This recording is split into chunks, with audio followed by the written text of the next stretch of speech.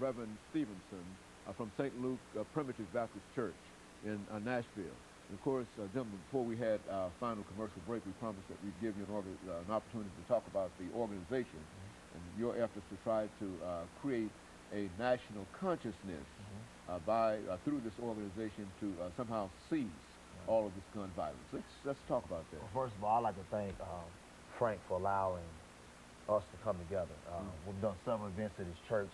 Just last night we did an event representing the Gina 6 at his church. We had a candlelight prayer ceremony where it was God was in the house. I mean, it was so overwhelming, bringing different ethnical backgrounds together, and it was just amazing. And I want to thank you for that, because through the churches, as well as letting God be our leader, we're going to make this happen. With the ceasefire, the National Ceasefire Against Gun Violence, what we're going to also have at Pastor Stevenson Church, St. Luke Primitive Baptist Church, we want every family who's been affected by murder due to gun violence to come out. We want you to bring 5x7 photocopies of your loved one. These copies will be sent to President Bush. We want our president to know that we're having our loved ones 9, 10, 11 years of age dying by this gun violence. So we want to get the president That'll involved. be a national country. Yes. The national country. Exactly. That's right. And after that, you know, we're going to rejoice. I have a mother coming from Baltimore, Maryland. My name is Kimberly Armstrong, whose son was murdered September 27, 2004 in Baltimore, Maryland. She's doing the same type of efforts that I'm doing here in Nashville and Baltimore, so she's going to be our guest speaker. But we want everyone to come out. We want people who have been affected to come out and join us. You know, we want you to bring your children. This is a time to educate. This is a time for us to sit down and say, hey, you know, if your child is involved with any type of negativity, or may not be involved in any type of negativity, where there may be some gun violence or a gun around, that could take your child's life. Very easy. And we want to make sure that they understand that. And of course, Reverend Stevenson, you've opened your church to this activity. Talk about that, about your justification and your motivation behind that. Absolutely. Our church has been there for over 140 years. We have been in the community and a part of the community, and we believe in partnership, reaching outside of those four walls. So we're excited about the opportunity to open up our doors and share this experience of standing together for such a cause. And you know, we're really saying as a church, we're saying as a community that we want to be proactive and not just reactive. And so we're saying we want to step up to the plate and challenge the consciousness of our fellow Nashvillians, our fellow Tennesseans, and the consciousness of this United States and the president of these United States. And we're saying that we're not giving up on our young people. And I think Gina 6 was an example of that, where an entire community says we're just not going to give up on our young people. The statistics suggest that there are more African-American men of a certain age group that are incarcerated than in college. And so we simply say those things just should not be. And so we're gonna continue to work to change those directions. We're challenging, just like we're challenging Jenna to release our young men and treat them fairly. We're challenging the consciousness of those young men to move to the next level. And so that's what this is all about, and that's why we feel it's imperative for us to be a part of this movement. And I think it starts with our other young black males seeing people like myself and Frank doing something positive. You know, they could make that change. It's going to be up to all of us sitting here, including yourself, Dr. Hannon, to make that difference with our young black men. And I know we can do it. That's what we talk about when we talk about mentoring. Yes. That if every responsible person, be he African-American or whatever, became involved in this kind of thing and thought in terms of trying to at least serve an example to some of these young people, I think that we might be able to sort of turn this thing. We've got to turn around, because on this show, we've been talking about this same problem for the last 20 years. The last 20 years, it seems, and it seems to be getting worse than it is getting better. And I don't want to be pessimistic about it, but you know, I think it's time for us as a nation to rise up and do. Now, another thing that has to be said in reference to this, I think Reverend Stevenson has already indicated the importance of education. But we also have to deal with some of these individuals dealing with jobs. I mean, we need some economic reinforcement in some of these areas. Give these young people an opportunity. You know what, Dr. Haney? The first law of nature is self-preservation. And which simply says, I want to survive, and I'll do what I need to do to survive.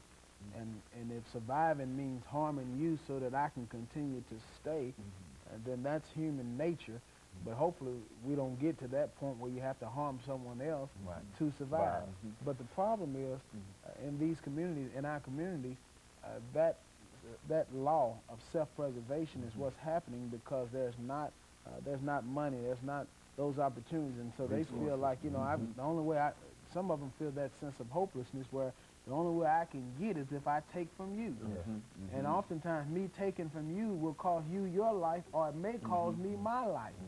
So a lot of times when you see violence, a lot of times it's associated, when they say drug-related, a lot of times it's associated with robbery. In other words, you have something that I want. $3 or $4, and that breaks down to such a very, very... Absolutely. And so if we pour opportunity, now see, I don't have to rob anybody because I have a job that I go to and I get paid and they give me some money and I can budget my money out and I don't have to take from you because I've got some of my own. So when we create jobs and create opportunities and education and all those things, then you bring up a community, and then that in itself eliminates the violence that we're seeing, because the violence is associated with not having or wanting more and not seeing other opportunities. Very good. That's a good point. That's a good, that if you look at the very, very bottom line in terms of all this violence, it really is aggressive attitudes toward either taking something from somebody or whatever. It's just something like Absolutely. Well, I mean, if you know, if you had $1 million, then you wouldn't be robbing somebody for $2. You know, well, the fact of the matter is some of them see no other way except to rob. And some of them see no other way except to sell drugs. And so when you get caught up into this lifestyle, it creates what I call unnecessary tears from a mother. Those unnecessary tears. And so what we have to do, Dr. Haney, is first of all, what you've been doing your entire life, we've got to keep pushing education. I made it out of 2088 Charles E. Davis Boulevard. I made it out of that community because I had an opportunity to go to the University of Tennessee at Martin, and that opened up and created some doors. So we have to create education opportunities, if not in college, through some type of apprenticeship, or some type of skill, some type of vocation, but you got to have something so you can be supported.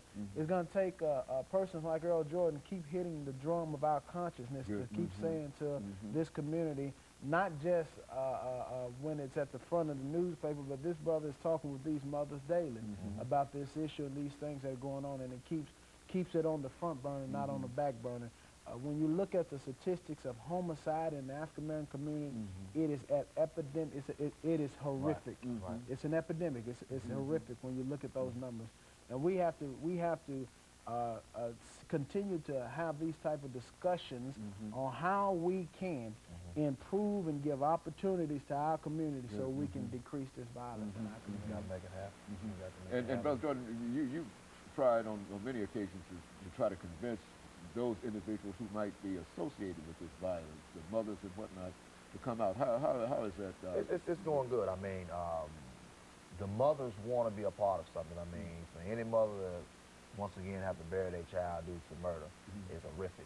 You know, so they come out, and I guide them to speak out. That's part of their therapeutic tool that they use. But it's going good. You know, and I thank God that the mothers are willing to come out to give their testimony. Now, Brother Stevenson, do you have any final words? We've got about a minute before we end today. Yeah, just want to again say thank you, Dr. Haney, for having this discussion. I want to thank Earl for all that he has done in our communities. He has been a foot soldier. And I want to challenge all of the other preachers and pastors in this city to join with us in this national effort to call an end to this violence in our communities. You think that that if all of these other pastors become as conscious about this as a large number of individuals are becoming, that we can really fight this and win this thing? Oh, absolutely. I think if the pastors and ministers in this city, if we just join hands and lift up a prayer and speak to our Lord and Savior. I think that with God, all things are possible if we come together and stand as one. And I think this is a worthy enterprise that the two of you are involved in, and we're certainly glad that you came by to deal with this. And of course, let me encourage our audience to tune in again next week for another informative edition of Congress. Thank you and good morning.